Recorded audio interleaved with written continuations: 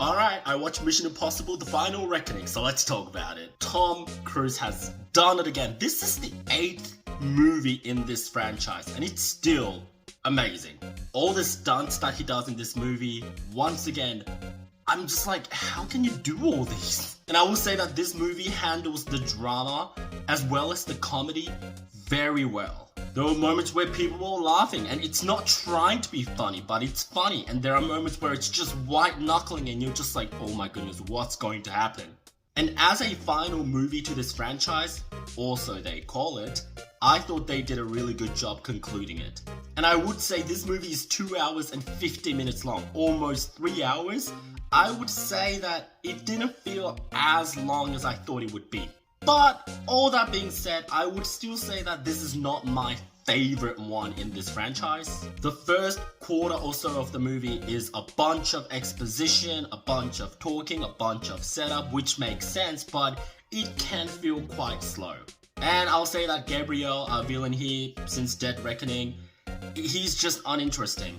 It's quite disappointing because I thought they would do something with his character in this movie, because the 7th one I was like, okay, he's there. I'm not really all that interested in him. Let's see if they develop him in the next movie, but they really didn't do anything with him.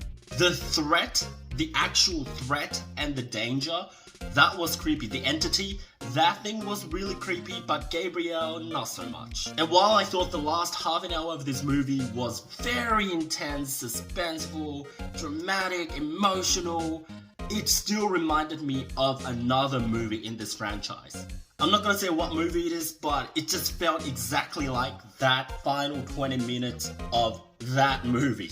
But all in all, I thought this movie was fantastic. Like I said, this is not the best one in the franchise, but it is still pretty high up on my list. And Tom Cruise, man, I respect you and I love you. I think they did a great job concluding this franchise and just let it end. Like, don't try to make another Mission Impossible movie casting another young actor. If you're a Mission Impossible fan, if you're an action movie fan, a summer/winter in Australia blockbuster movie fan, go out and see this movie.